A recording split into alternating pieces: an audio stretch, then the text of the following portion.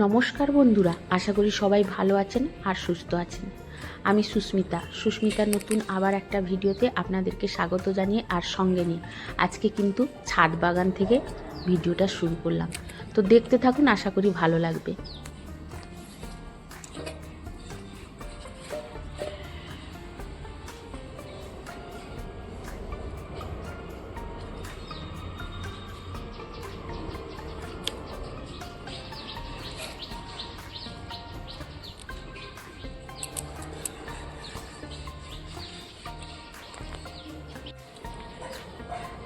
যে শাক ফেলেছিলাম, এগুলো হচ্ছে লাল শাক, মাঝখানে মাঝখানে ছোট হয়ে গেছে। এটা হচ্ছে গাঁদা, এটা হচ্ছে ফুলকপি। কটা এনে লাগিয়েছিলাম, সেইগুলোই হয়েছে, দেখা যাক হয় নাকি। এই ফুলগুলো শীতের জন্য ছোট হয়েছে, এখনো ফুটেনি ঠিক মতো।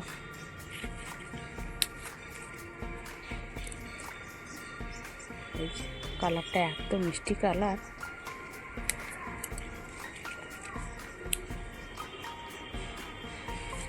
আর এইটা পালং শাক, দেখ পালং শাক হয়েছে।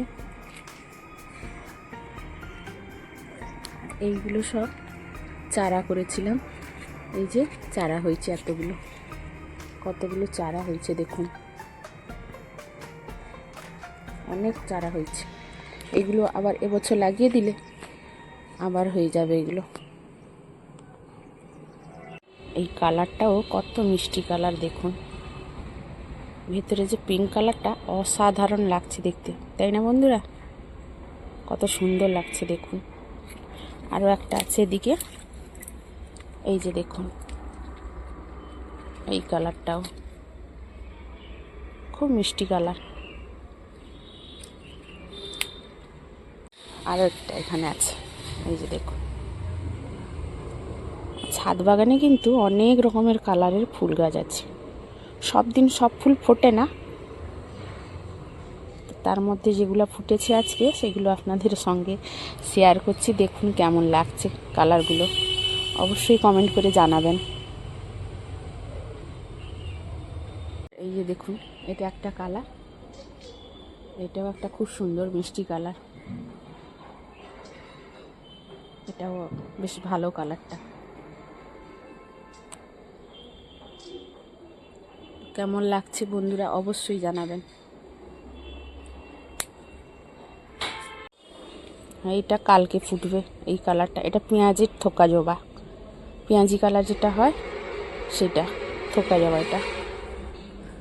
আর এইটা হচ্ছে কুন্দ ফুল, গাছ ভর্তি পুরো ফুল হয়েছে। ফুল এখন শেষের দিকে, তাও দেখুন, তাও আরো কুঁড়ি কত আসছে, গাছ ভর্তি একদম ফুল গাছ। পঞ্চমুখী বড় থোকা জবাটা দেখুন, কালারটা কত সুন্দর লাগছে।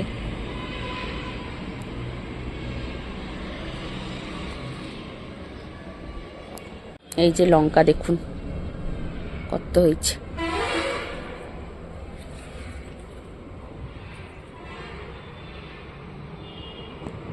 এতেও হয়েছে। 3টা গাছ লাগিয়েছিলাম, 3টা গাছেই হয়েছে, তার মধ্যে এইটা একটু সবে ধরা আরম্ভ করেছে। আর এই টমেটো গাছগুলো বন্ধুরা একা হয়েছিল, তো বেশ বড় হয়েছে। আর এই যে ফুলও চলে এসেছে, গাঁটে গাঁটে কিন্তু ফুল চলে এসেছে।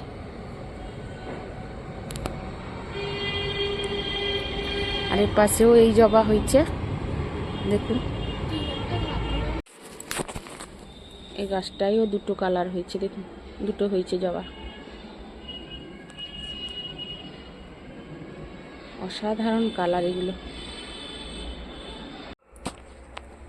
এই যে দেখুন বন্ধুরা, শীতের দিনেও কিন্তু আমার ছাদ বাগানে এই কনকনে শীতে কত ফুল হয়েছে দেখুন। এই ফুল ঝুড়িটা কিন্তু ভর্তি হয়ে গেছে। হ্যাঁ, মাঝে মাঝে 1-8 দিন হয় না, কিন্তু প্রায় প্রত্যেক দিনই এরকম ফুল হয়।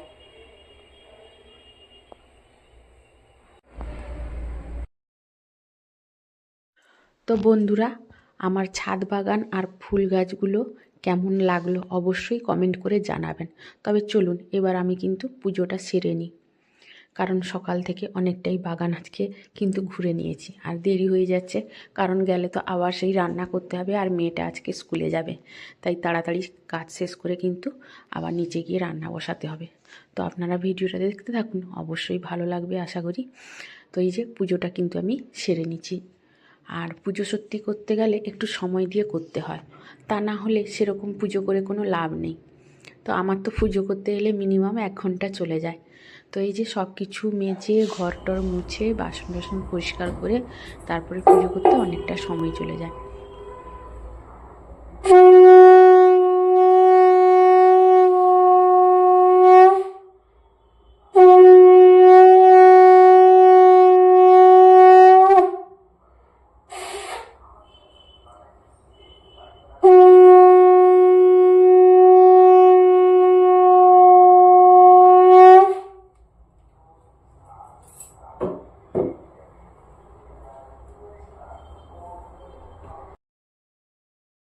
এবার আমার কিন্তু পুজো শেষ হয়ে গেল, আর আপনারা আমাদের ঠাকুর দর্শন করে নিন।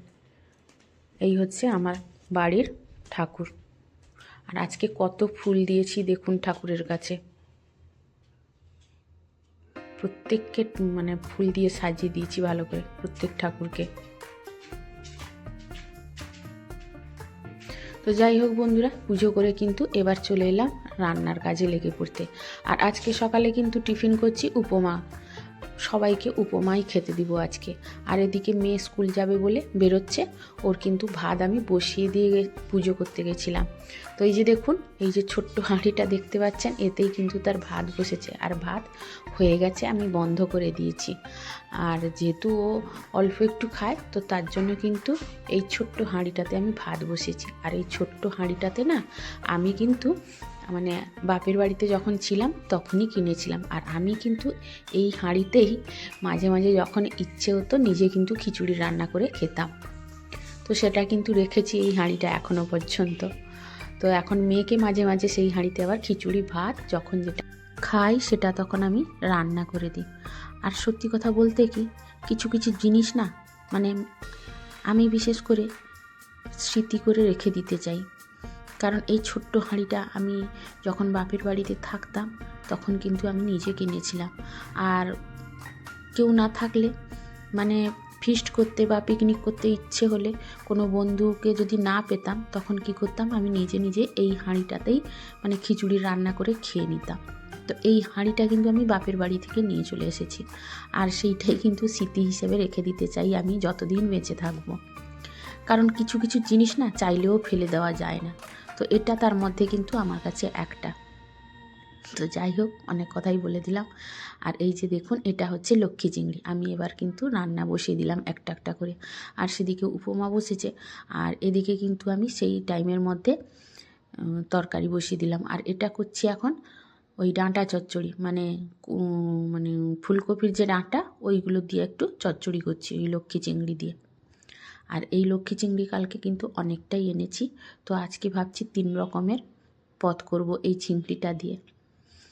তো যাই হোক, এটা কিন্তু আমি প্রথমে করে নিচ্ছি, তারপরে করব ওই চপ আর টক। তো এদিকে কিন্তু আমার উপমাটা প্রায় কমপ্লিট হয়ে গেছে, আর মেয়েকে সেদিকে খেতে বেড়ে দিয়েছি, মেয়েও খেতে বসে গেছে। তো এবার কিন্তু দোকানের বাচ্চাগুলোকে আর আমাদের কর্তামশাইকে কিন্তু এই উপমাটা দিয়ে দিব। তো এবার কিন্তু আমি রান্না করতে করতে আমার আগের ভিডিওতে কমেন্ট করা কয়েকজন দিদি বোন বা ভাইয়েদের নাম কিন্তু আমি বলে দিচ্ছি। তো তারা হলেন কিন্তু Banashree Gorai, happy with Mitali, blogger Banga Eppu, Priyanka Papiya family blog, Rumu daily blogs, Monika Ghoshal, Bulus blogs and recipes, Sonali Das blog, Asif Ranjan, Asifa Ranjana,